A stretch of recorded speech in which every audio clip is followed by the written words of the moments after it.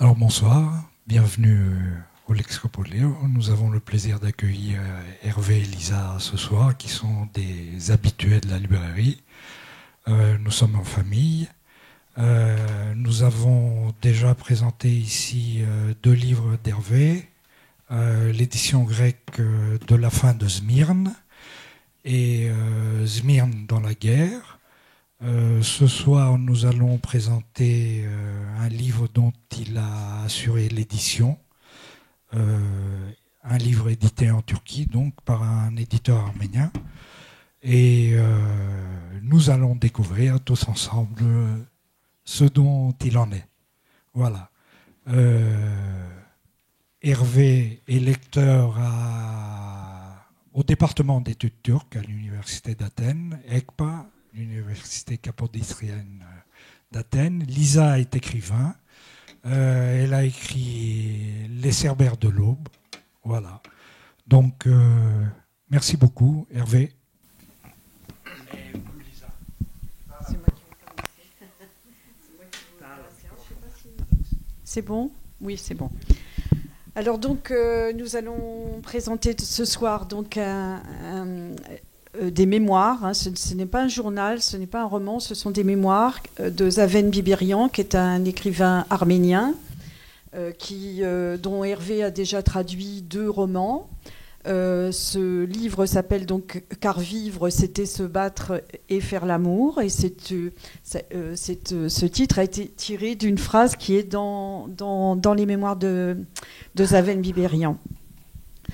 Donc la soirée va se passer, il va y avoir 2 parties. Première partie, on va un petit peu vous raconter l'aventure littéraire qui a eu lieu autour de ce livre, dont Hervé n'est pas ni le traducteur, ni le manuscrit va être écrit en français.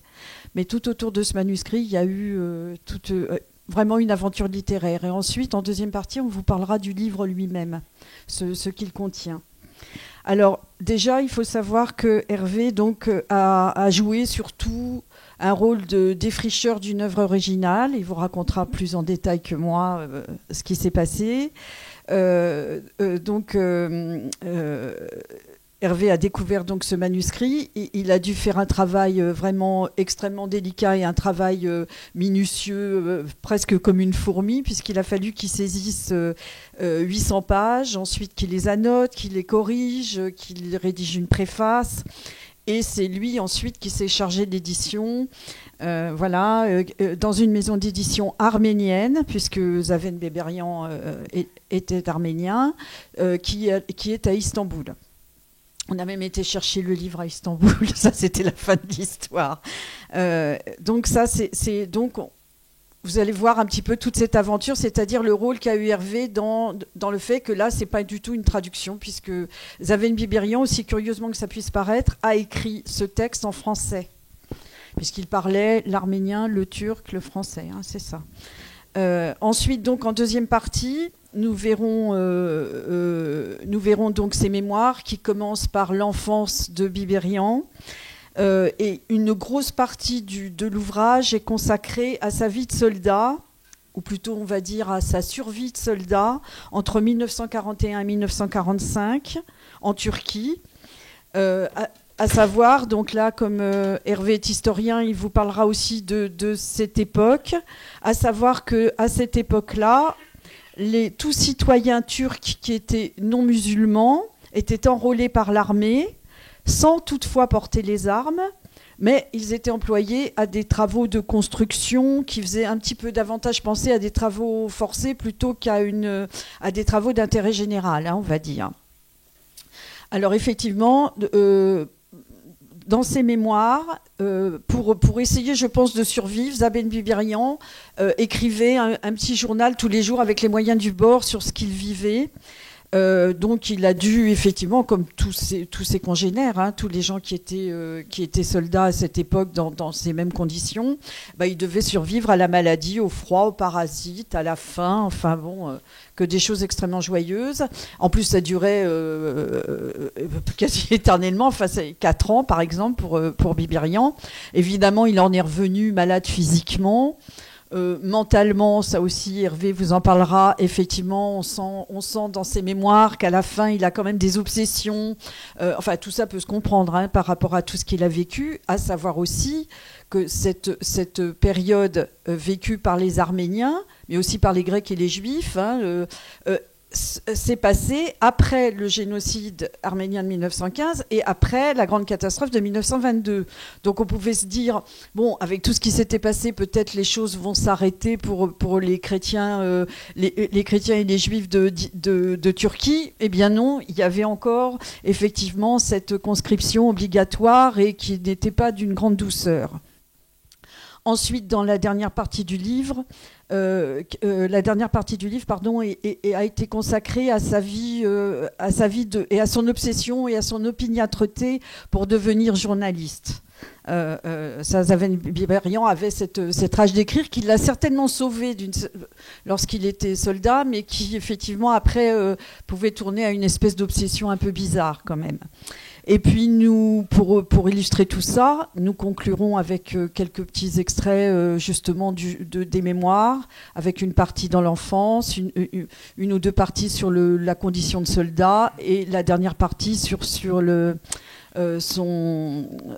son épopée journalistique. Voilà, donc je vais laisser la parole à Hervé qui va déjà nous parler de cette aventure littéraire. Bonsoir, merci d'être présent. Nous sommes plus nombreux que nous pouvions le craindre et donc je vous remercie de vous être déplacés. En particulier, j'aimerais remercier chaleureusement ma collègue du département d'études turques, Madame Sofia Proku, qui non seulement est ma collègue, mais elle est également constantinopolitaine. Évidemment, elle est francophone comme nous tous. Et de plus, elle partage son bureau avec moi. Voilà. Alors, merci Sophie.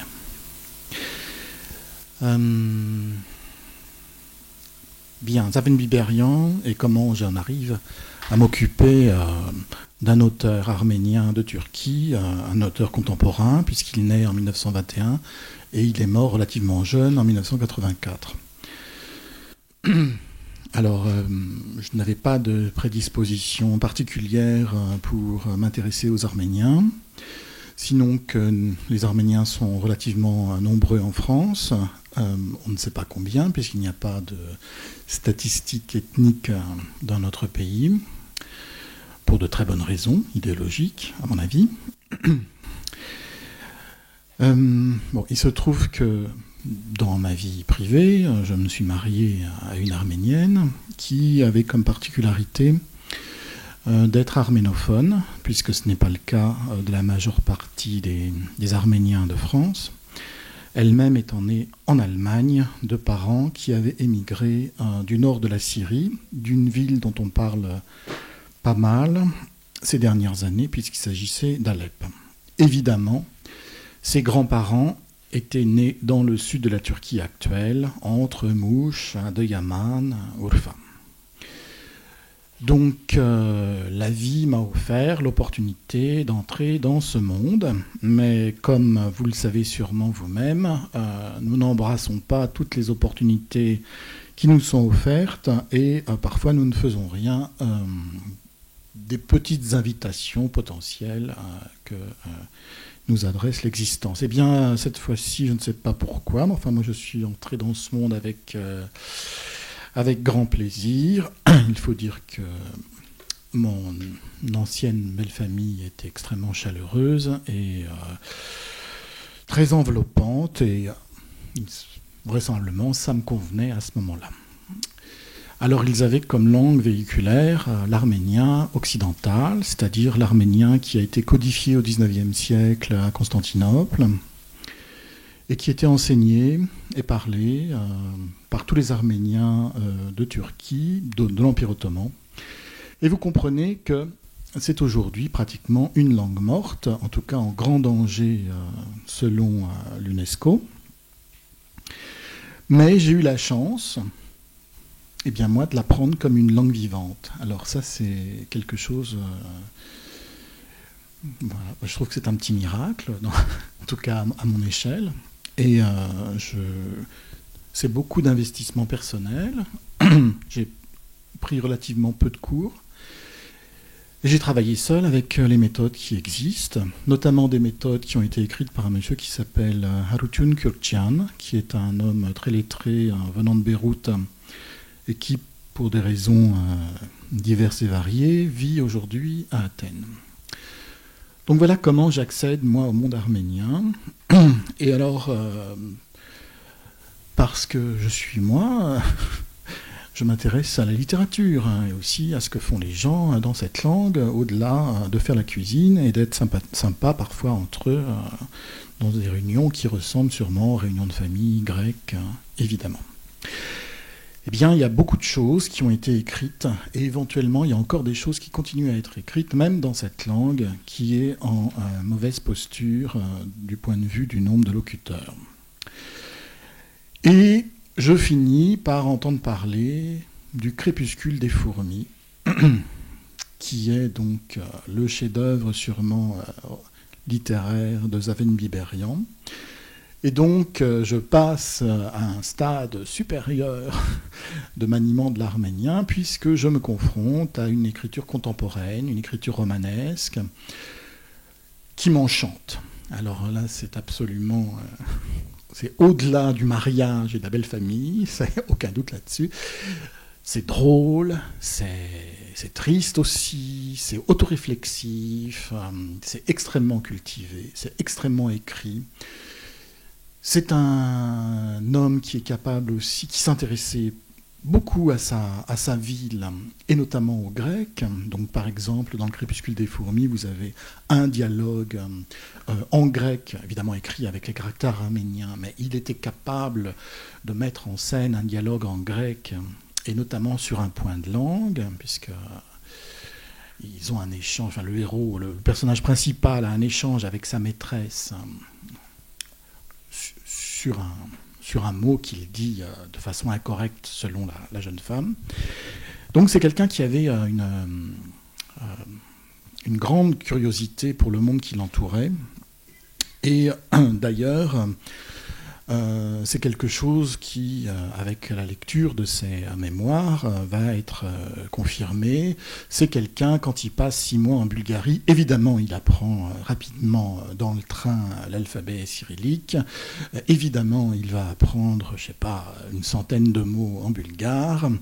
Et évidemment, cette expérience va le nourrir. Il aura un regard modifié sur, par exemple, les gens qui sont originaires des Balkans, qui sont slaves, mais musulmans, et qui vivent en Turquie par la suite. Alors voilà, donc je me lance dans la traduction, et puis je trouve un éditeur, donc il s'agit de la maison Métis Press à Genève. Voilà, et comment trouver le texte? Parce que savoir que ce roman existe, c'était déjà une chose, mais comment trouver le texte? Alors, il se trouve que dans les années 90, je crois que c'est 95, 96, donc ça devait être avant 95, par là, bon, c'est pas très important.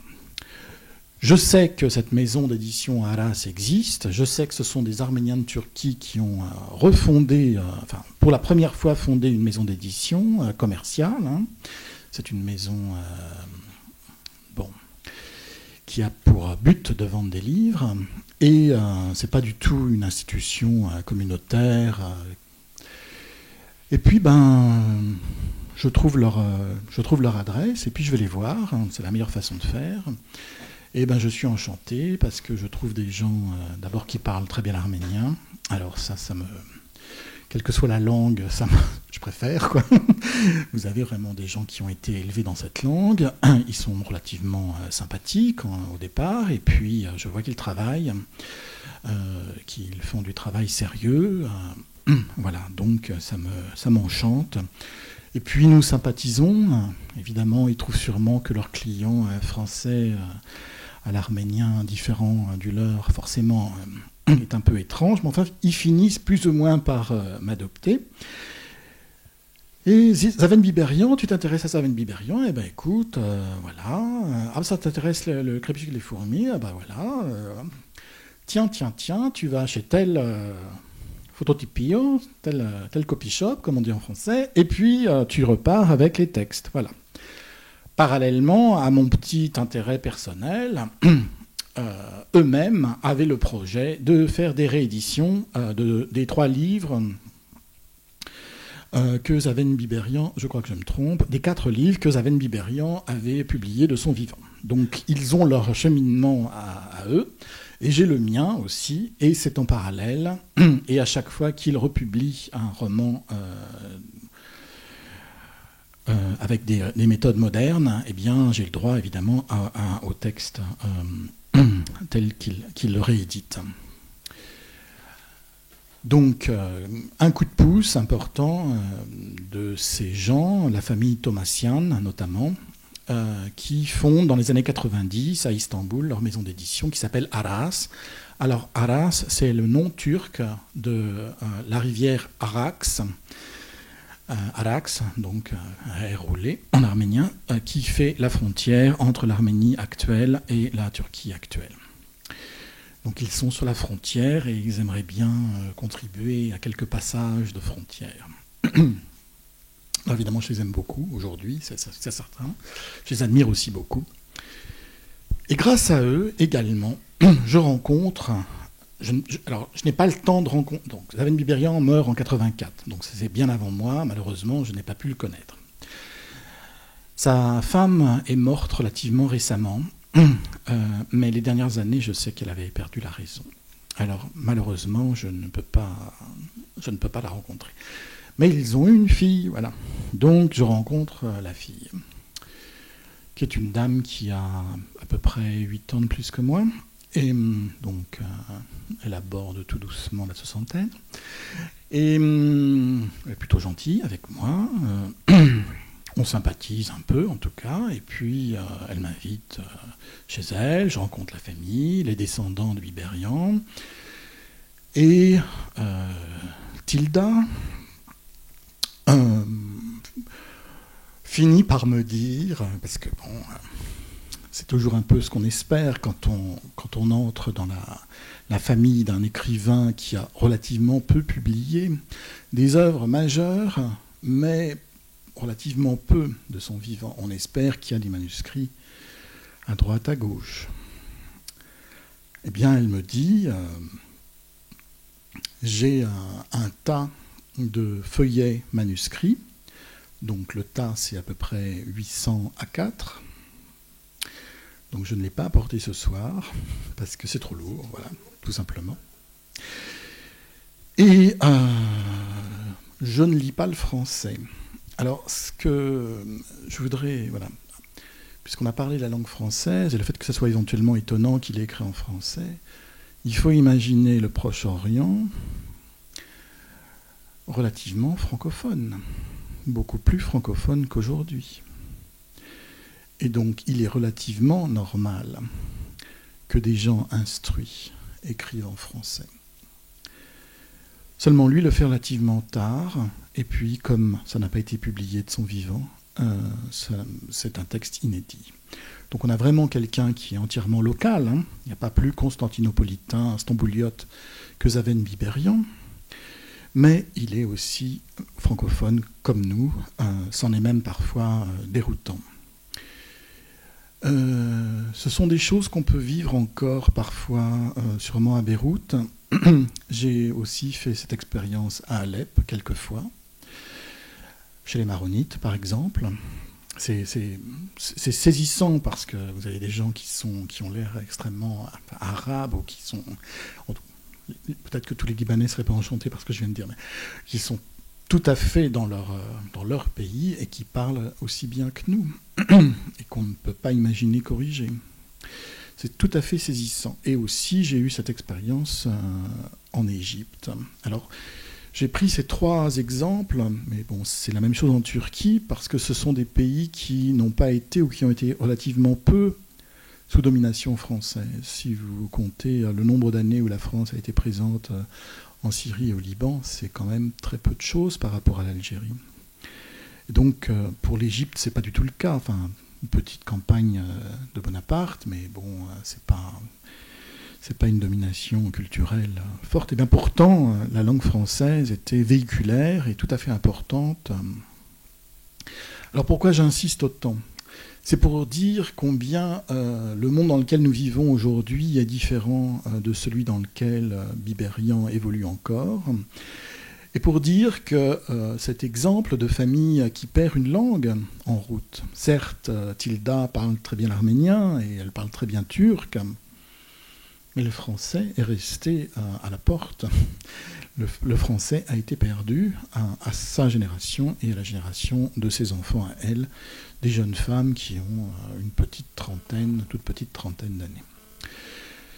Donc, voilà pour la langue française. Donc elle me montre un soir chez elle. Voilà. Alors j'étais très ému, évidemment. Parce que c'est quelqu'un que j'aime beaucoup, que je ne connais pas, que j'ai jamais rencontré, mais c'est quelqu'un que j'aime beaucoup, Zaven Biberian. Parce qu'il parle de tout. Il parle... Ses personnages principaux ne sont pas des héros féeriques. Ça n'est pas quelqu'un qui sert le nationalisme arménien. Il a évidemment, en tant qu'Arménien de Turquie, des problèmes avec le monde turc, mais c'est surtout ceux qui, en Turquie, refusent l'altérité, c'est-à-dire le nationalisme, c'est-à-dire certaines institutions. Mais même pour les institutions, ce n'est pas toujours le cas. Alors, il a ce rapport complexe au monde dans lequel il vit, autant arménien que turc, mais ce n'est pas quelqu'un non plus qui est entraîné à haïr les autres. C'est-à-dire que s'il trouve un Arménien avec qui il a envie d'être ami, il sera ami avec ce monsieur ou cette dame. Et ça vaut pour les autres aussi. Donc c'est quelqu'un qui a de très fortes amitiés avec des Turcs. C'est quelqu'un qui aussi va avoir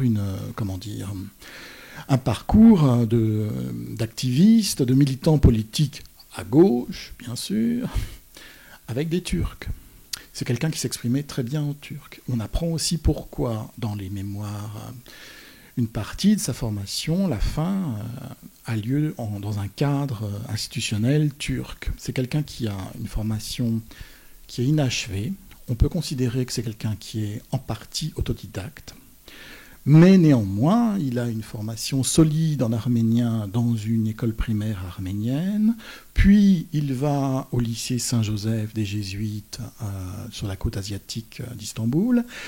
Puis, il va finir, en ayant des fins de scolarité toujours un peu ratées, il va finir par faire 2 ans dans une école de gestion de comptabilité étatique turque, près de la place Sultan Ahmed.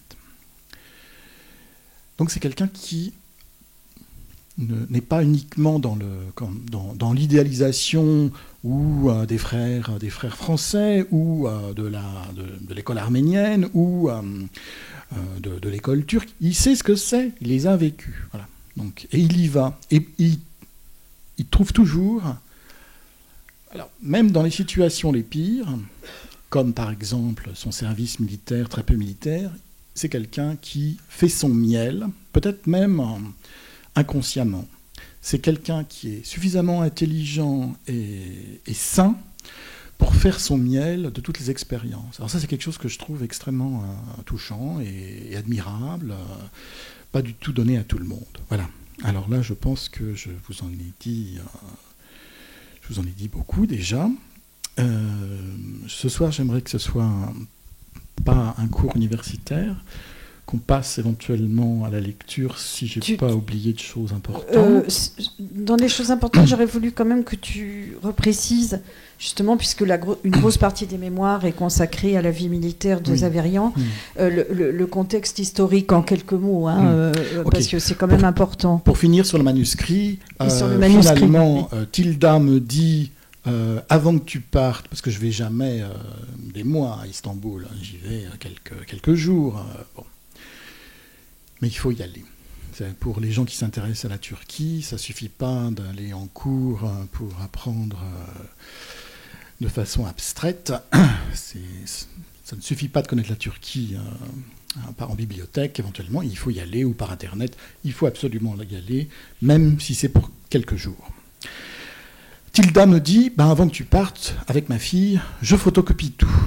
Voilà. Donc ça, c'était très généreux de sa part. Elle me l'a confié. Et puis, quand même, j'avais charge d'en faire un livre. Et d'en faire un livre et de trouver un éditeur. Alors, trouver un éditeur pour des mémoires d'un Arménien, certes très intéressant, qui font quand même 500 pages en tout, à partir de 800 feuillets manuscrits. C'est pas du tout évident, mais je m'y suis attelé. Donc je n'ai pas écrit ce livre, ça n'a aucun doute là-dessus, mais ce sont des années de travail. Aussi de démarchage, de contact humain, plus ou moins réussi, plus ou moins avec des promesses, et des promesses pas toujours tenues. Et puis bon, alors comment ne pas s'arrêter? Et puis finalement, donc les gens d'Arras me disent, si tu veux, nous on se lance, pourquoi pas, mais tu prépares tout. Ok. Alors j'ai dit oui, et j'ai trouvé aussi très bien qu'un livre écrit en français à Istanbul soit publié aussi à Istanbul. Finalement, pour équilibrer un budget de publication de cet ordre-là, il faut vendre quelques centaines d'exemplaires. Eh bien, je crois que le pari est déjà oui, à Istanbul, le livre se vend en français et il va être traduit en turc. Il est en train d'être traduit en turc. Oui, vous m'entendez? Oui. Il est en train d'être traduit en turc et ça, c'est aussi très important. Et les gens qui viennent dans leur maison d'édition maintenant demandent « Mais vous avez Zaven Liberian, il est écrit en français, c'est intéressant. Est-ce que vous avez d'autres livres en français ?» Donc ça m'a fait très plaisir de l'entendre. C'est-à-dire qu'il y a un marché, même s'il n'est plus celui d'avant, il y a quand même des gens qui s'intéressent à ce qui peut se publier en français ailleurs qu'en France et au Proche-Orient. Donc ça, c'était pour le manuscrit. Pour ce qui est du contexte historique, donc ce que je voudrais, et si Sofia Procu veut dire quelque chose à ce propos, elle est la bienvenue pour intervenir juste après. La fondation d'un État national, que ce soit la Turquie, que ce soit la Grèce, mais on peut multiplier les exemples, que ce soit l'Arménie, ne prévoit pas la permanence des autres sur le même territoire. C'est antinomique. Quand on crée la Grèce moderne, il ne s'agit pas, en premier lieu, d'assurer la liberté de culte aux Juifs, de s'intéresser aux conditions de scolarisation des Arvanites dans des écoles bilingues, évidemment pas du tout. Donc juifs et musulmans sont exclus du tout petit royaume de Grèce lors de la guerre d'indépendance, tués ou expulsés. Et évidemment, les Arvanites ont vocation à rejoindre complètement la nation moderne qu'on est en train d'ériger, et évidemment, leurs enfants sont scolarisés en grec uniquement. De même, mais beaucoup plus tard, et plus rapidement, et de façon peut-être encore plus brutale, quand on crée la Turquie nationale, on ne veut pas s'occuper des gens qui seraient un peu différents.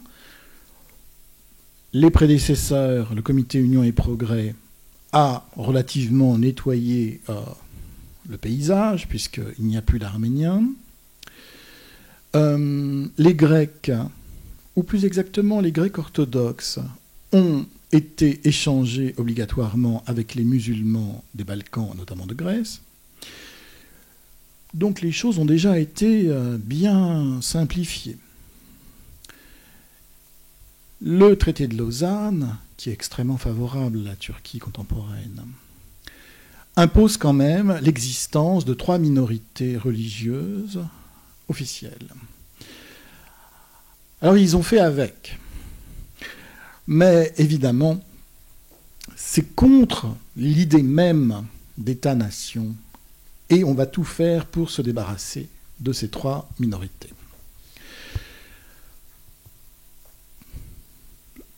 Dans le cas des Grecs orthodoxes, c'est réussi, puisque à partir de 1955, les effectifs chutent de façon drastique et qu'aujourd'hui, il y a peut-être 2500, 3000 Grecs orthodoxes dans toute la Turquie, dont une bonne partie est en fait due au rattachement du Sancak d'Alexandrette, c'est-à-dire des Arabes dépendants du patriarcat d'Antioche, qui se retrouvent en Turquie grâce à la France en 1939.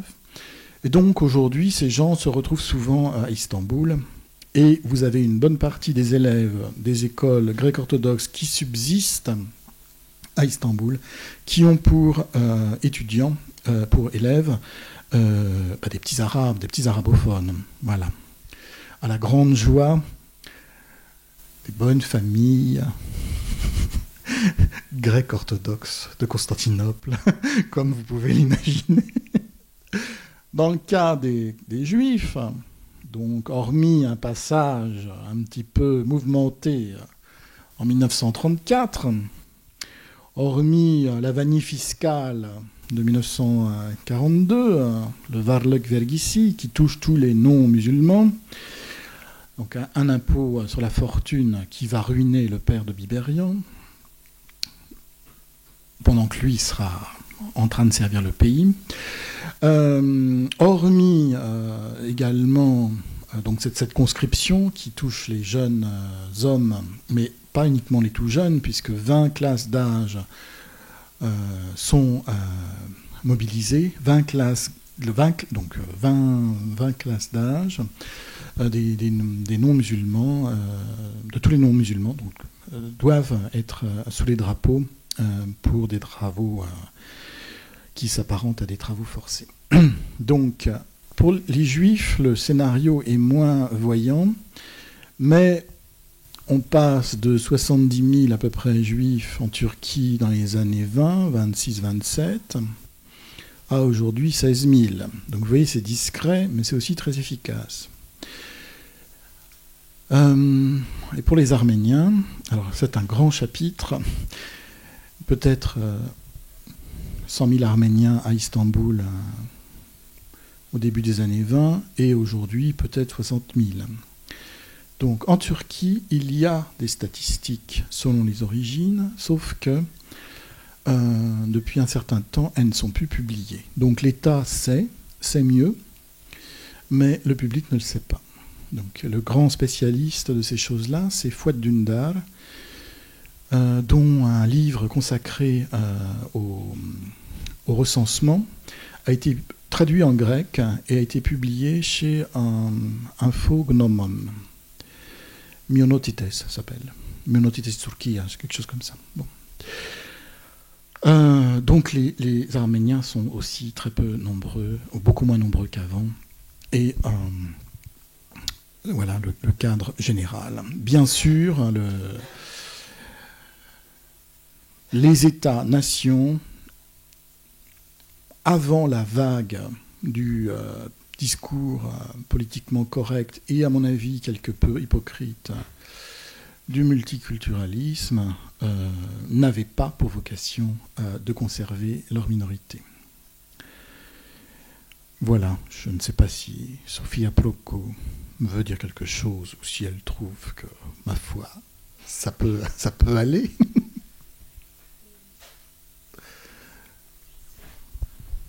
Et Sofia Proco, Idia. Parle ton micro. Je dois dire, je te remercie Hervé. C'est vraiment du honneur en faisant appel à ce que je contribue. Mais moi, je suis une linguiste, je ne suis pas une historienne. Et je voudrais bien me placer là dans mon domaine et ne pas sortir de ça. Bien sûr, dans la famille, on a beaucoup de récits. Et j'ai même un oncle, le mari de ma tante paternelle, qui était parmi les 20... comment tu l'appelles? Les classes d'âge. Les classes d'âge, voilà. Mon père lui-même était victime de cette politique parce que quand il était à l'école secondaire, il n'y avait pas de prof pour les renseigner parce qu'il est allé dans une école minoritaire. Donc, tout ça, c'est bien évident et ça fait partie de mon vivant, disons, même si je n'ai pas vécu à cette époque-là. Mais je ne voudrais pas intervenir dans un domaine. Je te remercie de nouveau pour... Mais écoute, merci d'apporter ce témoignage. Et je comprends que tu n'aies pas envie de t'aventurer dans des domaines que tu n'estimes pas être les tiens. Voilà, donc je pense que nous avons un panorama. Donc les mémoires couvrent la période 1921, sa naissance, la petite enfance, puis sa jeunesse, un adolescent pas facile, un adolescent étrange, avec des enthousiasmes aussi, quelqu'un de relativement dur dans ses enthousiasmes, pas très tolérant envers les gens qui n'ont pas les mêmes idées que lui parfois. Puis il va s'amadouer, il va se rendre compte que... Alors ça c'est aussi quelque chose de très beau dans l'écriture des mémoires, c'est qu'il est capable de se critiquer, il est capable de dire... Alors ça dépend des pages, mais parfois il est encore dans les enthousiasmes de sa vingtaine, mais parfois il dit... j'ai été trop dur, ou j'ai pas écouté, ou voilà, il avoue parfois des faiblesses de caractère qui frisent. Donc c'est difficile, moi je suis pas psychiatre, je n'ai pas envie non plus de médicaliser le cas Zaven-Biberian, mais parfois il y a quand même des raideurs ou des entêtements qui lui ont nui, quoi. Il s'est bien obligé de se rendre compte. Par exemple, il a beaucoup de mal à trouver un emploi et à le garder. Parce qu'évidemment, si vous pensez que tout patron est un salaud, ça rend les choses très difficiles. Et pourtant, il en fait parfois... Alors, il fait des progrès, il fait des portraits terribles. Quand il est jeune, notamment, qu'il va à l'école, il interrompt ses études secondaires. Il est obligé d'aller travailler parce que ses parents ne peuvent pas l'entretenir ad aeternam. Alors les 2 premiers patrons, c'est vraiment pas bien. Mais quand il rentre de conscription, eh ben, il a la chance de travailler chez des gens qui ont l'air assez sympas quand même. Ils ont une entreprise de transport. Ce sont des Turcs progressistes. Et il y est plutôt bien. Mais quand même, il arrive à se comporter mal, quoi, et à être en conflit avec des gens qui lui veulent plutôt du bien et qui... Et finalement, il avait son revenu par son travail de comptable, et puis il avait ses occupations arméniennes en tant que journaliste arménien, mais capable parfois d'écrire des textes en turc, qui s'adressaient donc à tout le monde. Et ça c'est très beau aussi. Ne pas vouloir, infuser dans son milieu communautaire, mais avoir l'idée, donc c'est aussi une idée, en tout cas qui était très française quand moi-même j'étais en train de grandir dans les années 70 et 80, de penser qu'il y a une humanité qui dépasse nos attaches directes. Et ça, il le ressent très fort. Voilà. Donc, un personnage complexe, il y a un petit peu de tout dans sa personnalité, dans son comportement, et puis il en fait état, et il nous le donne à voir, à critiquer aussi. Peut-être une dernière chose que j'aimerais dire avant de passer aux lectures, c'est tout. Alors, je ne suis pas, moi, un littéraire... savant. Moi, je suis un littéraire par goût, c'est-à-dire que c'est important pour moi de lire de la littérature. Je ne connais pas de grandes théories sur, par exemple, l'étude de la genèse des textes, machin. Ça, je ne sais pas le faire. Il y a des gens qui s'appellent des généticiens littéraires et qui peuvent confronter des pages et des pages de manuscrits de Proust pour expliquer plein de choses, comment on arrive à la version finale. Donc moi, ça, je ne sais pas faire du tout. Mais en revanche, je ne suis pas aveugle et je vois bien que dans les mémoires, il y a plein de motifs, il y a plein d'épisodes qui vont se retrouver travaillés, Ça marche un petit peu, la création littéraire chez Biberian, ça marche un peu comme l'inconscient freudien. Ça va être fait par des déplacements, par des modifications sur les marges, parfois par on conserve le motif principal, mais on va le remotiver. Il y a quelque chose que je trouve, que je trouve vraiment formidable. Dans son périple donc, de ses 25-26 premières années, il est confronté à des servantes dans des familles où il y a des servantes. Voilà. Et puis, donc, il y a un moment qui se passe en Bulgarie, 6 mois, et dans une des familles arméniennes de Plovdiv, il y a une servante qui est extrêmement maltraitée. Eh bien, cette servante arménienne extrêmement maltraitée par des Arméniens pas sympas de Plovdiv, eh bien, c'est en fait... C'est Gülgün, la servante turque, qui est l'héroïne, si on peut dire, en tout cas le personnage principal, de la traînée. Et ça, je trouve que c'est fantastique, c'est-à-dire de pouvoir transférer une scène d'un milieu à un autre, parce que quand on le sait, qu'est-ce que ça peut vouloir dire ? Mais quelque chose qu'on peut sentir quand on est un observateur un petit peu...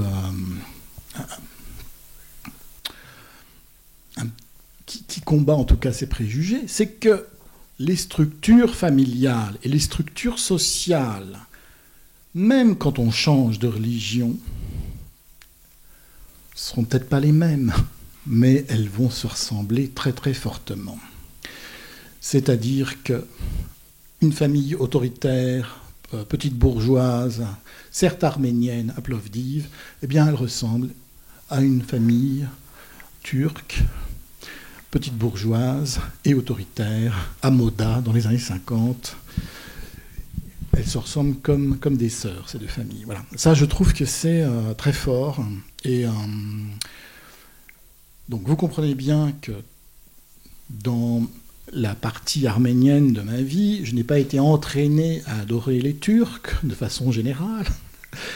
Eh bien, voilà, la prose de Biberian, la complexité et la générosité de l'auteur me réconcilie aussi avec l'idée que peut-être les choses ne sont pas polarisées de façon irrémédiable et radicale constamment. Voilà, ça serait tout pour une introduction générale, je crois. Oui.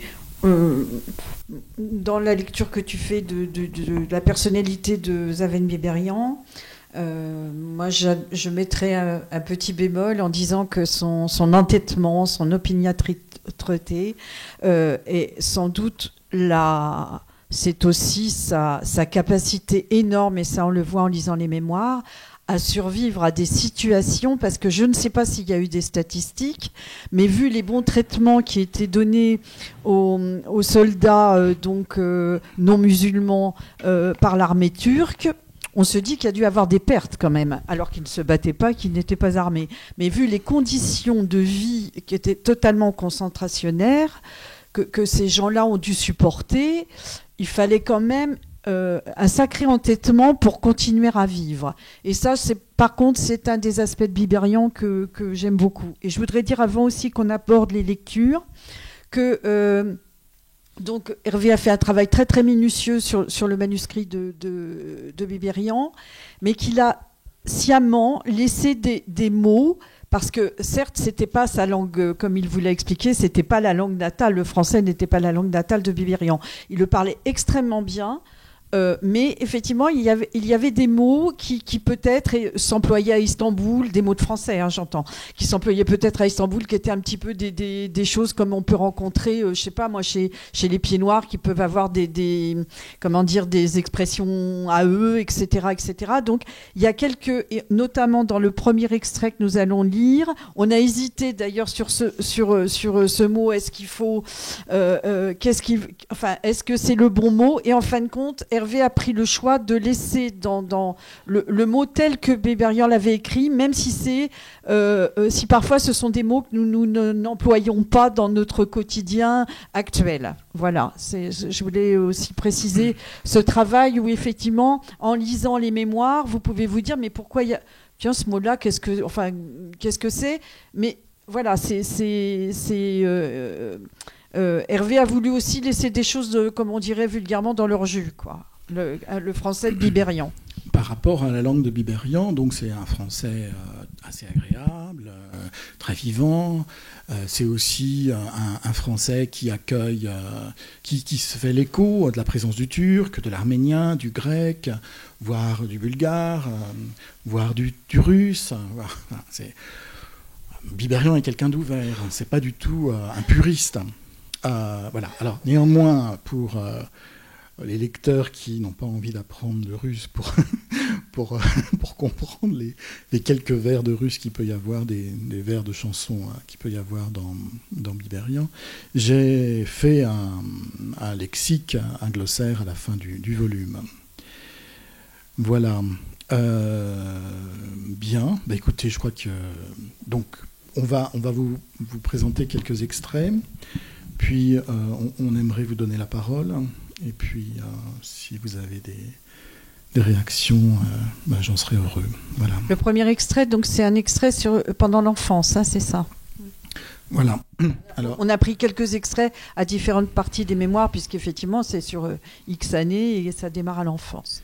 Donc, dans cet extrait, vous allez voir que c'est quelqu'un qui ne gomme pas ce qui n'est pas arménien dans son entourage, et qu'il embrasse tout le monde. Notre locatrice, c'était une veuve grecque d'un certain âge, Madame Elisavi, qui habitait le rez-de-chaussée avec sa servante Despina. Celle-ci ne connaissait pas un mot de grec.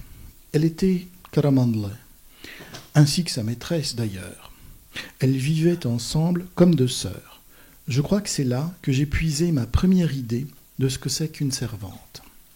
Il m'a été donné de voir chez nous, par la suite, des servantes qui mangeaient à notre table et qui étaient traitées en dames par ma mère.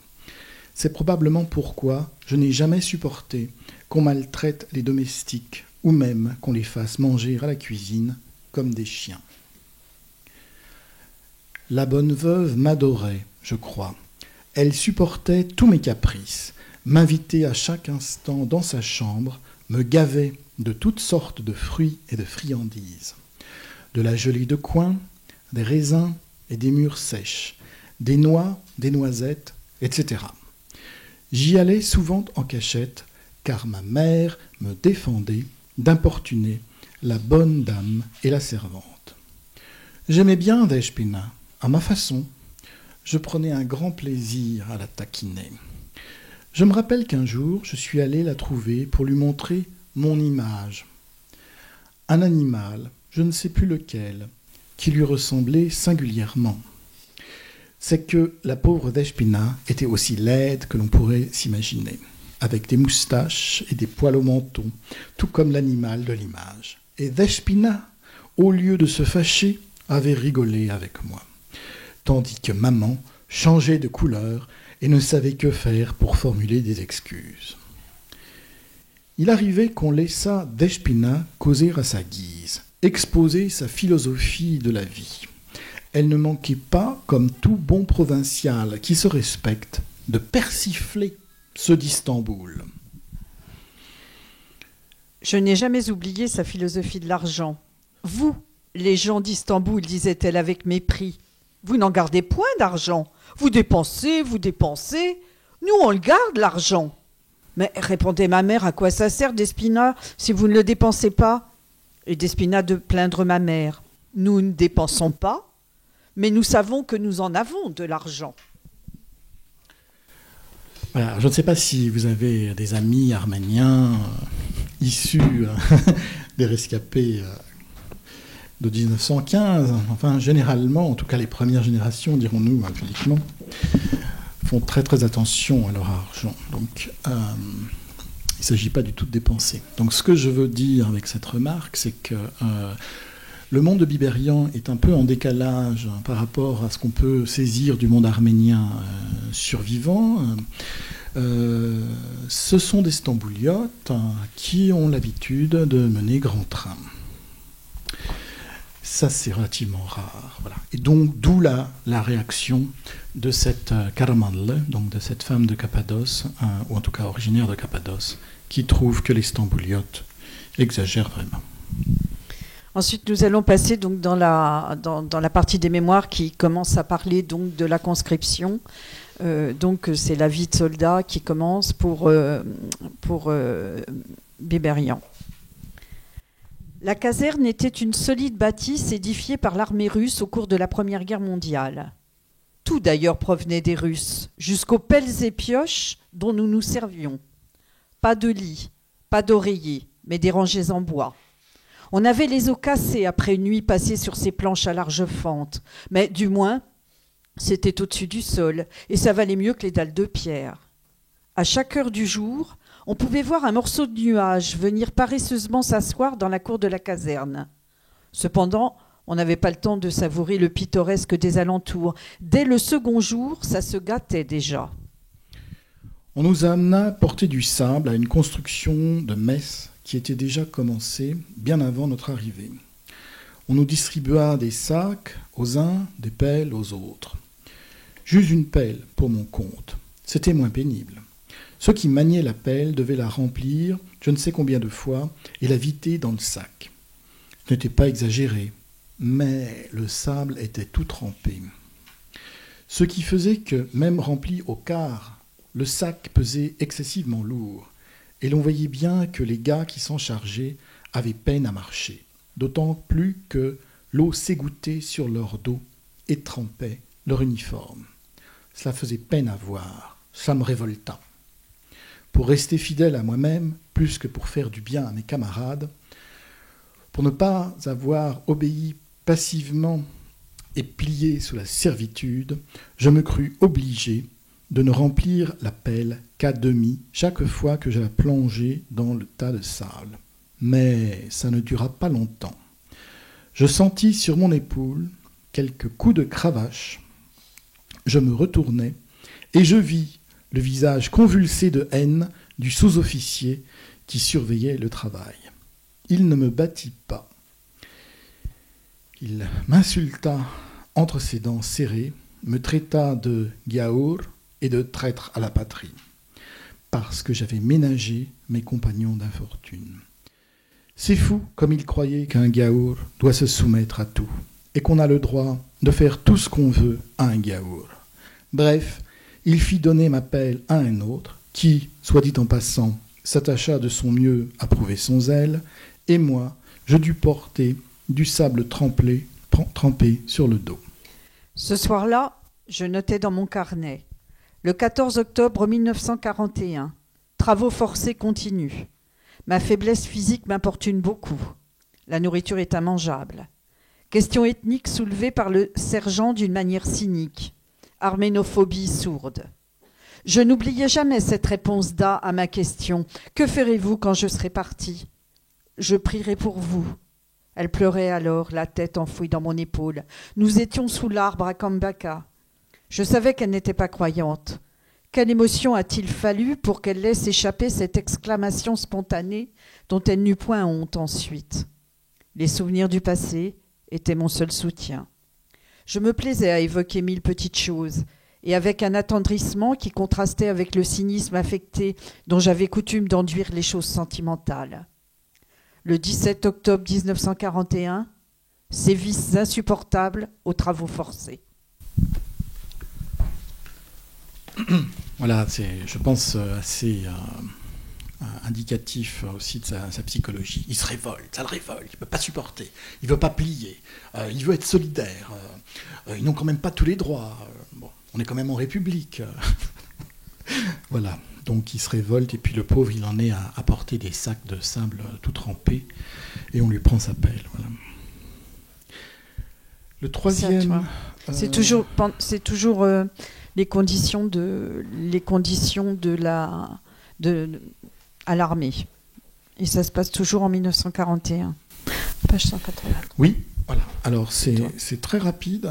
C'est des petites choses qu'ils font tenir. Qui note. En plus, il les note sur des petits bouts de papier. Enfin, tout ce qu'il peut trouver, il note des choses comme ça. Et là, si vous voulez, à l'intérieur des mémoires, il y a des tout petits bouts. C'est comme un petit journal. un petit journal du service militaire, quoi. J'ai laissé en italique. Moi, j'ai mis en italique, j'ai indiqué en italique ce qui vraisemblablement venait d'un autre écrit antérieur à la rédaction des mémoires, qui s'étale des années 60 aux années 80, vraisemblablement.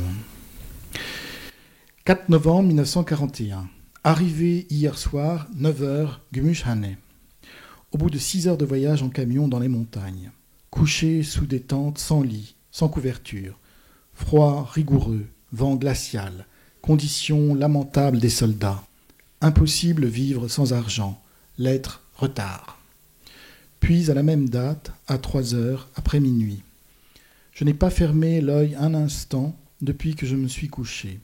Démangeaisons insupportables, froid vif, pas de lit ni de couverture. Couché à même le sol, enveloppé de ma capote, je contemple les heures qui ne s'écoulent pas. J'ai acheté hier, pour 38 piastres, un paquet de cigarettes Sipahi. Je n'ai pu résister à la vue de la boîte de luxe chez l'épicier. Trop de souvenirs s'attachent à ces cigarettes. Ensuite, on va vous lire un petit passage sur l'après-guerre, donc quand il rentre à Istanbul.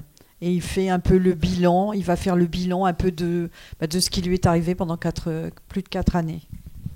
Voilà, alors le ton change, on n'est pas dans l'abattement, ils ont l'impression qu'ils en voient le bout. Il faut imaginer l'époque, on est en train de fonder l'ONU, c'est les démocraties et le communisme qui ont vaincu, le communisme avec ses promesses d'émancipation et de libération de l'humanité entière, qui ont vaincu la bête immonde. Et la Turquie a une politique extrêmement habile et va se retrouver dans le camp des vainqueurs, sera parmi les États victorieux par rapport à la Turquie, alors qu'elle va déclarer la guerre à l'Allemagne nazie quelques semaines avant la capitulation. Et puis également, elle se retrouve surtout à San Francisco, à la conférence qui fonde les Nations Unies. Donc c'est cette ambiance-là. Donc c'en est fini des malheurs, c'en est fini de l'injustice, ça va aller beaucoup mieux. Voilà, donc ça commence comme ça. L'après-guerre. J'étais rentré à Istanbul transformé en dynamite. Et je ne demandais qu'à détonner. Les 5 mois que je dus passer dans une perpétuelle angoisse n'étaient point pour me décontracter. Je voyais tout en noir. Je me demandais anxieusement si on n'allait pas me renvoyer aux brigades, si un hasard malencontreux n'allait pas découvrir mon escapade de 1942. C'était le cas le plus effrayant, car alors, il me faudrait recommencer le service militaire, c'est-à-dire refaire 42 mois de NAFEA. Puis, plus la peine de prison pour désertion. La détente subite, si bienfaisante, après ces années de crispation que tout le monde goûtait à la libération, m'a été refusée. Et tout ceci ne contribua guère à désamorcer la bombe A que je couvais en mon sein bien avant Hiroshima. Quel était le bilan de ces 42 mois de bagne ? Une sous-alimentation perpétuelle qui a sûrement marqué le développement physique d'un homme de 19 ans, la bronchite, contractée dès le premier jour en mer Noire, la malaria tropicale, qui n'a pourtant jamais récidivé depuis 1944, 4 dents cassées par le pilave et le pain, ou arrachées, un bon nombre de gâtés. Les meilleures occasions de se tailler une situation perdue avec The Best Years of Our Lives. Et toute cette perte irremplaçable sur le plan moral. Le plus grave peut-être, parce qu'en portant le meilleur de soi, le physique, ça pouvait se récupérer à la fin. C'est là où on s'aperçoit quand même que c'est un homme assez étonnant d'optimisme malgré tout, parce qu'il arrive quand même très très abîmé de ces 4 ans. Et alors il faut dire aussi, petit détail aussi de la perversion du système, c'est-à-dire que donc tous les non-musulmans étaient donc, on le voit, faisaient partie de gens qui étaient... Enfin, les hommes, on les envoyait au bagne, il n'y a pas d'autre mot. Hein, en plus, à des travaux pas forcément utiles, ce qui est aussi, dans le milieu concentrationnaire, une espèce de méthode qu'on retrouve dans d'autres situations. Mais en plus, c'était assez pervers parce qu'il y avait des moments, alors on les faisait trimer, etc., pendant 1 an, 2 ans, et puis tout d'un coup, on leur donnait une permission. Et il revenait, alors lui, entre autres, revenait sur Istanbul, par exemple. Et il revenait sur Istanbul, il se retrouvait de nouveau dans la vie civile, donc il se retapait plus ou moins. Imaginez, en plus, c'était des très jeunes hommes, tout d'un coup, l'espoir qu'ils devaient avoir. Et puis, certains, effectivement, désertaient ou rentraient en retard à la caserne, parce que forcément, il fallait revenir. Et dans ces cas-là, s'ils se faisaient pincer, on leur refaisait refaire leur service militaire depuis le début, sans compter des peines de prison, des peines de forteresse, de ci, de là. Donc imaginez cette espèce de perversité où ces gens, tout d'un coup, se retrouvaient à peu près presque libres, et puis il fallait retourner au bagne, de soi-même en plus, ce qui est quand même le comble de la perversion. Et si on ne le faisait pas, ce qui est bien humain, on comprend qu'on ne pourrait pas y aller avec une grande joie. Alors là, tout recommençait à zéro. Donc imaginez tout ce qu'un tas d'hommes ont pu vivre à cette période. L'angoisse, quand il se retrouve à Istanbul à la fin, c'est qu'il ne reçoit pas son avis de démobilisation. Ouais. Ah oui. C'est ça qu'il attend. Il attend le papier. Oui. Pourquoi le papier n'arrive pas? Est-ce qu'ils ont découvert quelque chose et tout ça? En fait, il n'y a pas de raison. Le papier est arrivé en retard. Oui, il y avait ça aussi. S'il n'y avait pas le papier de démobilisation, on recommençait tout. Donc il attend son papier. Voilà. Alors, dernière lecture, un passage relativement optimiste. Il commence une carrière de journaliste en arménien. Il faut imaginer Istanbul, 45-50, où il y a encore une presse en arménien, en grec, florissante, et où on peut créer de nouveaux titres. Donc ça n'existe plus. La presse minoritaire qui subsiste est survivante. La dernière création, si je ne dis pas de bêtises, des minoritaires, c'est le journal hebdomadaire qui s'appelle Agos, qui veut dire le sillon, Toavlaki. Agos, qui est un journal bilingue, qui a été créé en même temps pratiquement que la maison d'édition Aras, donc dans les années 90, par un monsieur notamment qui s'appelait Hrant Dink. Et c'est un journal surtout en turc, mais les pages antérieures sont en arménien. Hrant Dink a été assassiné avec la complaisance de l'État en 2007, en janvier. Donc le dernier passage, vous allez entendre 3 titres de journaux arméniens d'Istanbul de l'époque, notamment Jamanak, qui existe toujours et qui en fait, ironiquement, est le plus vieux journal de Turquie, le plus vieux quotidien de Turquie. C'est un journal en langue arménienne qui a été créé en 1908 après la révolution jeune turque. Donc bizarrement, un journal minoritaire est le plus vieux journal toujours existant en Turquie. Puis vous allez entendre d'autres titres. Norlur, qui veut dire dernière nouvelle, ou les nouvelles les plus fraîches. Et puis Marmara, Marmara qui n'existe plus, mais il y en a un qui existe aujourd'hui qui s'appelle Nor Marmara, donc le nouveau Marmara. Marmara, c'est la mer de Marmara, bien sûr. Voilà, alors ça c'est l'aspect optimiste. Et évidemment, ça rend le personnage sympathique. Alors je vais commencer, puis Lisa va finir. La première exaltation calmée, j'ai dû sentir le poids d'une responsabilité qui est celle de tout leader. Responsabilité envers soi-même et envers tout le monde, qui est la même en fin de compte, envers ceux surtout qui ont eu foi en vous et vous suivent. Moi, ce qui me préoccupait le plus, c'était la responsabilité envers l'histoire. L'histoire de mon peuple. J'avais 2 buts. Sauver l'honneur d'un peuple courbé dans un enthousiasme collectif et canaliser cet enthousiasme vers la mère patrie, donc il parle en fait de l'Arménie soviétique, là, vers la mère patrie, seule politique nationale de délivrance, non seulement pour les Arméniens de Turquie, mais pour tout le peuple arménien de la diaspora. Mais pour ceux d'Istanbul surtout, c'était le seul idéal où s'accrocher pour ne plus retomber dans un état de stagnation mortelle et désespérée. Une fois engagé, il me fallait aller jusqu'au bout et mener la lutte à son terme.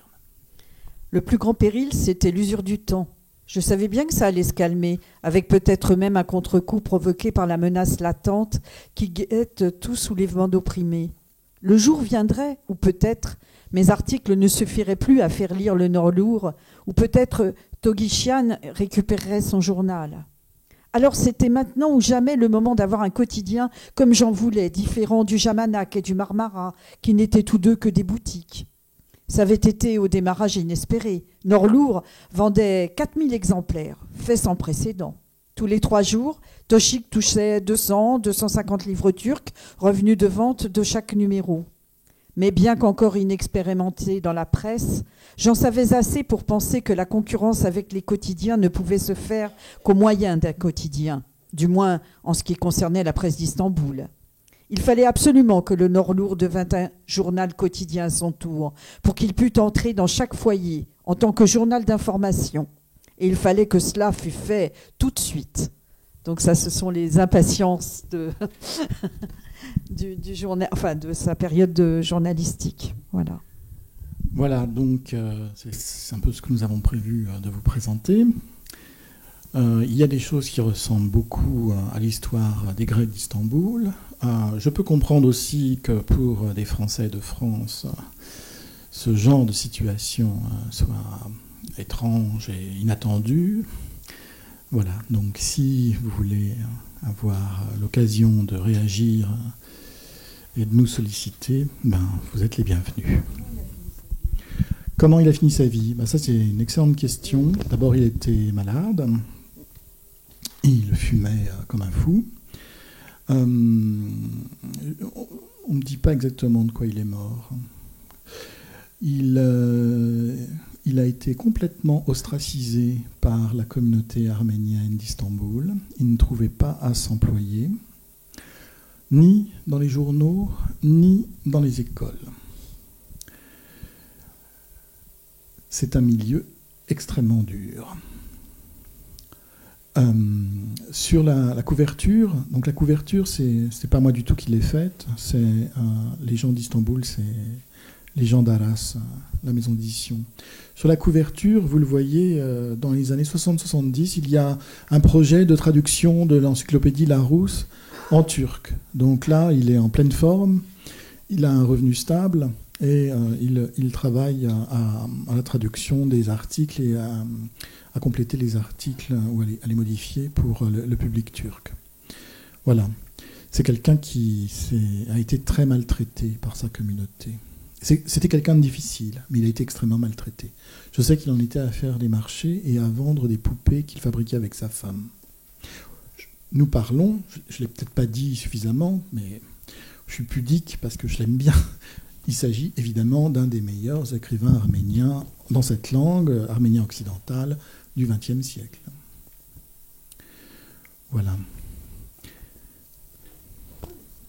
Pourquoi le titre ? Parce qu'en fait, je trouvais... Voilà. Pourquoi le titre ? Donc j'avais... il n'y avait pas de titre à ces mémoires. Je trouvais que mémoire, c'était pas grand-chose, c'était pas bien. Parce que c'est quand même, vous avez vu, c'est une prose riche, c'est une personnalité flamboyante. Voilà. Alors ce que j'aime bien, c'est que lui, c'est pas quelqu'un de soumis. C'est aussi quelqu'un qui a des désirs, qui a des relations avec des femmes avant de se marier. Il y a un milieu à Istanbul extrêmement moderne. Il y a des jeunes femmes qui ont une vie privée aussi libre, sans être prostituées. Et je trouve que c'est... Voilà, donc il y a une présence de l'érotisme. Alors il est assez... dans ses mémoires, c'est assez fascinant. Il arrive à la fois à être extrêmement direct et pudique. Donc par exemple, il donne uniquement l'initiale de sa maîtresse ou de son amoureuse du moment. Dans le Crépuscule des fourmis également... il y a des scènes érotiques, plus ou moins réussies d'ailleurs pour les personnages en question. Il y a une scène dans un bordel, par exemple, entre autres, pas uniquement, mais entre autres. Donc voilà. Donc ce que j'aimais bien dans cette phrase, en ayant pensé à d'autres phrases, c'est qu'il y avait l'aspect politique, et il y avait l'aspect terrien. C'est une phrase d'un... C'est une phrase de lui. Ça n'est pas son oui. titre, mais c'est une phrase de lui. Il y avait l'aspect terrien, de la personne qui aime vivre. Donc c'est quelqu'un, par exemple, je trouve que ça se voit pas beaucoup parce qu'il est mec comme un clou, mais il avait une certaine sensualité. Donc vous comprenez que pour moi les gens maigres... bon, voilà. Alors, il aimait beaucoup les îles des Princes. Il aimait nager. Il aimait manger, ça ne se voit pas. Il aimait manger, il aimait nager, il aimait les beaux endroits aussi. Il a des photos, donc ça c'est un peu le regret que j'ai pour la couverture. J'aurais préféré une photo de lui dans cet univers des îles des Princes avant le développement du tourisme, où on voit quelqu'un qui jouit vraiment d'être dans la nature, de nager, de s'exposer au soleil. Voilà. Ça, c'est quelque chose que je trouve important dans sa personnalité. Et se battre, je crois qu'il trouvait lui-même... C'est ça, c'est-à-dire que la situation est difficile, mais il ne va sûrement pas éviter les difficultés. Hein. Ça, il y a du plaisir aussi à la castagne. Alors, c'est sympathique quand on a une vingtaine d'années, mais quand à 40 ans, on n'a pas d'emploi et qu'on veut fonder une famille et qu'on a une fille et qu'on dépend en fait du salaire de sa femme, qui apparemment, elle était plus sociable, ça a un petit peu ses limites, quoi. L'exercice du combat. Voilà. Le combat. Dans le dernier extrait qu'on vous a lu, lui fait allusion à l'Arménie soviétique. Il faut penser que Staline a l'idée géniale d'inviter les Arméniens de la diaspora à venir peupler l'Arménie soviétique. Voilà. Alors ça, c'est génial. C'est ce qui a dépeuplé la communauté arménienne de Grèce. Cette initiative a également pris son quota sur les Arméniens de France, mais de façon bien moindre. Et évidemment, rien n'était prévu pour leur arrivée. Et d'ailleurs, Biberian est tout enthousiaste, mais c'est une idée. C'est une station de radio. C'est un hymne national soviétique qu'il entend à la radio, mais lui-même n'est jamais allé en Arménie soviétique. Je peux vous dire qu'avec son caractère, le séjour en Sibérie était quasiment assuré. Il ne parle pas la même langue, je dis que c'est une langue différente. Oui, voilà. Oui, alors, voilà. Alors, il y a l'histoire arménienne, c'est du 19e siècle, on quitte la diglossie, c'est-à-dire la langue écrite classique qui s'appelle le krapar, ou une forme un petit peu modernisée qui s'appelle l'arménien moyen, Michin Hayren, pour formaliser une langue standard à partir de ce qui se parle. Donc un phénomène qui a eu lieu au XVIe siècle en France. On sort de la diglossie latin avec l'édit de Villers-Cotterêts. On sort de la diglossie en Grèce, à la chute des colonels, on abolit la katharevoucha. Donc l'abolition moderne de la diglossie, c'est au XIXe siècle. Ça se fait sur deux aires linguistiques différentes. Donc, les langues, avant d'être standardisées et d'être prises en charge par des institutions étatiques, alors là, Sofia Proco peut intervenir, je suis dans son domaine, ne sont pas uniformes. La normalité d'une langue qui n'a pas d'État-nation qui s'occupe d'elle, c'est la diversité dialectale. C'est-à-dire, c'est le continuum dialectal en Yougoslavie, à partir du slovène jusqu'au bulgare, une grande Yougoslavie. Ça change de village en village, mais il n'y a pas de rupture. C'est-à-dire que si vous êtes d'un côté de la frontière, que vous êtes slovène et que de l'autre côté vous êtes croate, à mon avis, vous allez vous entendre quand même. Hein. Bon. Vous allez parler le même dialecte. Ça, c'est quand on a une société sans État fort et relativement, paysannes, avec des vies locales, plutôt. Voilà. Donc on est dans cette situation-là au XIXe siècle, du côté ottoman, du côté perse et du côté donc, de l'Iran actuel, et puis du côté du Caucase, c'est-à-dire de la Russie tsariste.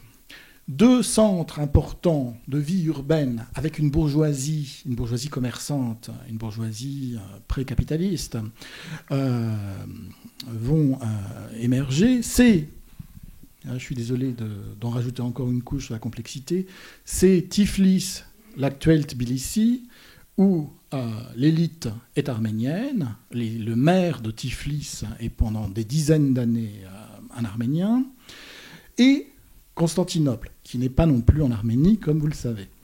Et donc, à partir des dialectes locaux, il y a un phénomène de standardisation et de passage à la littérature sur des dialectes qui sont relativement différents. Enfin, je pense qu'on peut s'y attendre avec l'éloignement géographique. Donc, par exemple, quand en arménien occidental, on emploie une sourde, pour une consonne sourde, à ce moment-là, on va employer une consonne sonore en arménien oriental. Donc ça, c'est un jeu phonétique pour commencer, rien que pour commencer. Voilà, déjà, quand il y a un poche en arménien occidental, c'est un be en arménien oriental, et ainsi de suite. Première différence, donc une différence de phonétique.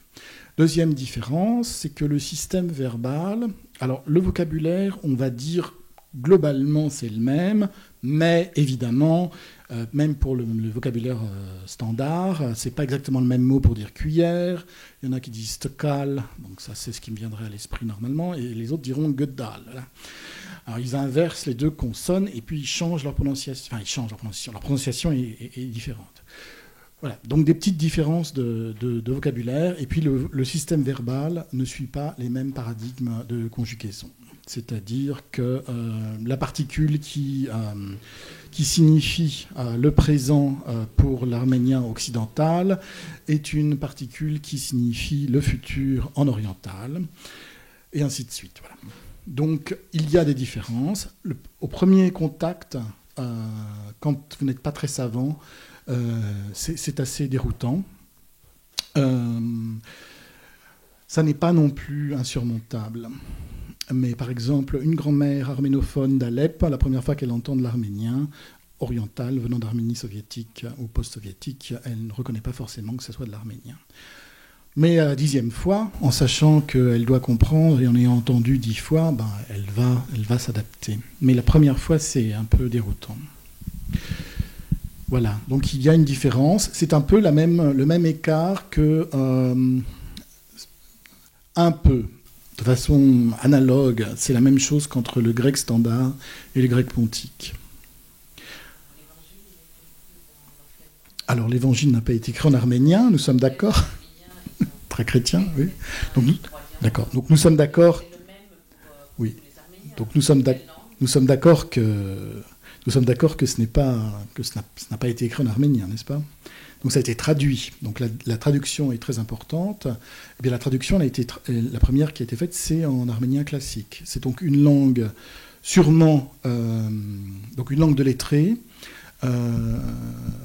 L'arménien occidental et l'arménien oriental ont des liens avec la langue classique. À part égale, enfin c'est deux filles de la même langue, quoi. La première traduction est en arménien classique, donc le krapar, qu'il prononce grabar. Et puis il y a, notamment chez les protestants, puisqu'il y a une partie des Arméniens petite, mais qui est protestante, donc il y a des traductions en vernaculaire, il y a des traductions en arménien occidental et des traductions en arménien oriental. Voilà. Pour le rite dans l'église arménienne. Donc, même chose que chez les Grecs orthodoxes, le prêche n'a pas grande importance.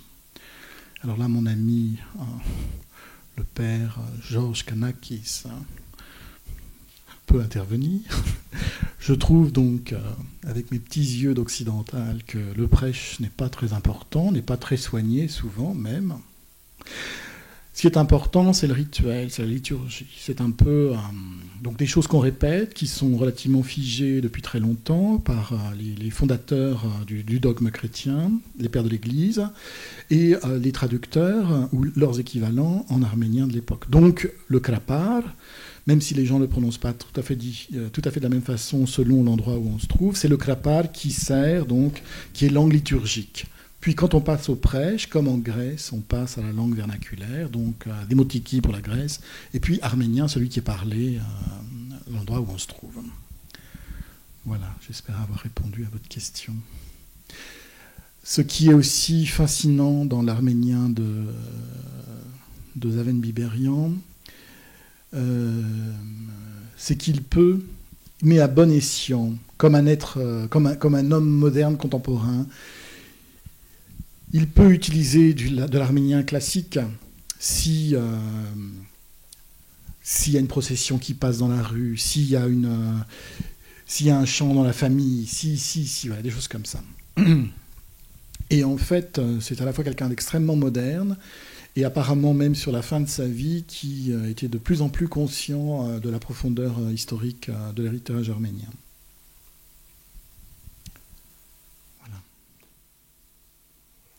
Monsieur ?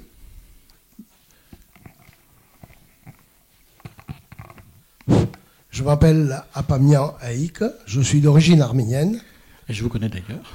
Bonsoir, je vous ai pas reconnu. Je suis un peu déçu de la présentation. Ah. Parce que Merck. Biberian, moi je connais pas. Je vous le dis franchement. Et dans le milieu arménien, on ne connaît pas Biberian. Ah, bah oui, évidemment. Bon, comme un écrivain majeur, je ne sais pas. Dans Alors, quelle mesure c'est un écrivain majeur. Ça, il n'y a aucun la doute. deuxième remarque que je ferai, c'est qu'il serait bien aujourd'hui qu'il y ait quelqu'un d'origine arménienne qui puisse présenter aussi Biberian. Bon, il n'y a pas quelqu'un d'origine arménienne qui puisse présenter Biberian ou faire un commentaire sur Biberian. Par contre, ce que je voudrais dire, c'est que dans le contexte historique, on connaît très bien, très bien, que pendant la Première Guerre mondiale, vous savez, tous les Balkans, l'Empire ottoman, il était complètement disloqué, et on cherchait des solutions. On voulait créer des États tampons, parce qu'en face, il y avait une révolution qui montait. Et effectivement, on a trouvé le nouvel État jeune turc, et qui a été un peu l'aide des grandes puissances. Je ne dis pas des peuples, parce que les peuples, on sait très bien, ils ont défendu les persécutions dans ces régions-là. Les grandes puissances ont voulu, coûte que coûte, stopper ce qui commençait à naître à l'Est. Pas le stalinisme, bien sûr. Moi, je ne suis pas du tout d'accord que Staline pouvait être autre chose qu'il a été. Mais disons que l'idée qui commençait à naître, c'était une idée complètement neuve pour l'humanité entière. C'est-à-dire pouvoir, dans les Balkans, créer des États, pas des États, comme il disait dans le traité de Sèvres, des États qui pouvaient se gérer, des régions autogérées. Parce qu'on ne parlait pas encore de l'indépendance nationale. On commence à parler d'indépendance nationale après la Première Guerre mondiale. Alors, je crois que si on ne prend pas ce contexte et après le comportement d'une certaine petite bourgeoisie arménienne qui est restée en Turquie, alors que pas mal d'autres y ont fui, ou ceux qui sont restés après la Première Guerre mondiale, la grande majorité, ils ont été obligés de changer de nom, vous le savez très bien. Il y a beaucoup d'Arméniens d'origine arménienne qui sont en Turquie, ils s'appellent Oglou ou ils s'appellent autrement, ils ont turquisé leur nom parce qu'ils ne pouvaient pas survivre. Bien sûr, il y a une petite partie de la petite bourgeoisie arménienne qui était dans les grandes villes, surtout à Ankara et à Istanbul, Ankara très peu, mais surtout à Istanbul, qui avait des relations avec les... Il fallait créer ce climat un peu d'intellectuel. Voilà. Moi, je crois que c'est intéressant de savoir l'histoire de Biberian, parce qu'on voit comment la petite bourgeoisie s'est comporté. Il y a eu deux grands fascicules qui ont été publiés dernièrement par l'État français sur le comportement. Ils ont ouvert les archives. Alors, je ne me rappelle pas les noms, mais je peux vous les fournir. C'est fort dommage. Non, mais je peux vous les fournir. Et dans ces archives, on indique comment la petite bourgeoisie arménienne, elle a tout plaqué, elle est partie. Ou une petite partie, elle est restée sur place. Voilà. Alors qu'une grande partie de la population, à l'extrême orient et à Istanbul, a été déportée ou décimée. On connaît tout ça. Voilà. Je crois que Biberian prendre à son compte, comme vous l'avez dit, moi je ne le connais pas, à la fin de sa vie... Voilà, vous auriez pu avoir l'occasion ce soir d'apprendre quelque chose sur la culture arménienne d'un non-arménien. Et ça aurait été formidable si vous aviez reconnu la qualité de ce nom. Non, mais c'est très bien qu'il soit... Et alors, je suis très content que la chose soit filmée. C'est que dans ma vie entière, il est exclu que je m'excuse de ne pas être arménien, de ne pas être grec, de ne pas être juif. Je suis ce que je suis. Et il se trouve qu'en plus, je suis compétent dans ce que je raconte. Mais moi, je ne dis Alors pas... ça, c'est clair et net. Comme vous êtes vraisemblablement le seul Arménien ce soir, vous allez en prendre pour toute la communauté galactique. Mais ça, je ne suis pas arménien et je suis compétent. Oui, ne vous énervez pas. Hein. Moi, je ne me suis pas énervé. Il ne faut pas s'énerver. Non, il ne faut pas s'énerver. Moi, je ne m'énerve pas. Simplement, il faut une contradiction dans ce qui se dit. Mais vous donnez exactement le ton des contradicteurs arméniens qui ont du mal à accepter que des étrangers puissent s'occuper de leurs affaires aussi. Moi, les livres qui ont été publiés, c'est des Français qui l'ont fait. C'est moi qui apporte quelque chose de nouveau et pas les gens qui infusent dans leur milieu communautaire. Vous savez, l'histoire, elle est écrite. On ne peut pas la réécrire. Voilà, je vous remercie. Merci pour cette intervention. Je crois que vous avez arrêté l'introduction où effectivement Zaven Biberian a été présenté. Son œuvre littéraire nous a été présentée. Vous n'étiez pas là, donc vous avez dit que c'est un inconnu apparemment. Il a été traduit en français, il est édité en France. Vous ne connaissez pas l'article fondamental de Mark Nishanian dans Harach, dans le supplément littéraire Métier Varves des années 1984, si je ne m'abuse, sur l'aspect exceptionnel de ce roman qui brise l'omerta arménienne sur tout ce qui fait mal.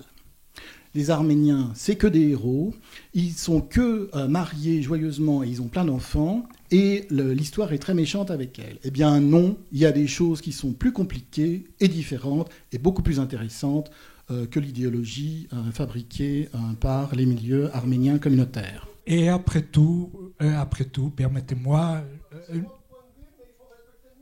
Oui, certainement, mais aujourd'hui, nous présentons un témoignage, une biographie, une autobiographie. On n'est pas ici, on n'a pas présenté aujourd'hui ni le génocide arménien. Non.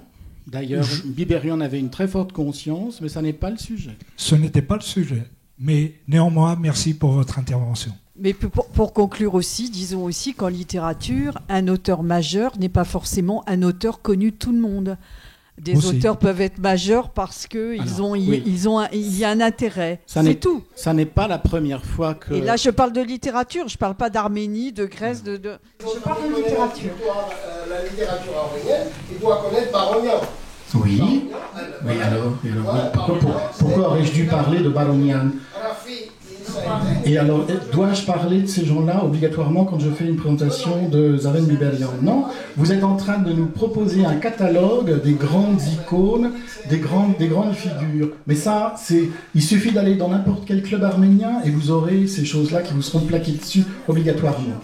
C'est que vous n'acceptez pas qu'une nouveauté puisse vous être présentée par quelqu'un qui n'est pas arménien, ça c'est bon. J'ai donné mon écho. Oui, n'est-ce pas ? Ah, quand même. Et oui, vous voyez, la compétence ne dépend pas de l'ADN. Ça, c'est la grande idée qui devrait être libératrice pour tout le monde ce soir. Écoutez, je vous remercie d'être venus. Et moi aussi, je suis capable de me battre quand même. Merci beaucoup.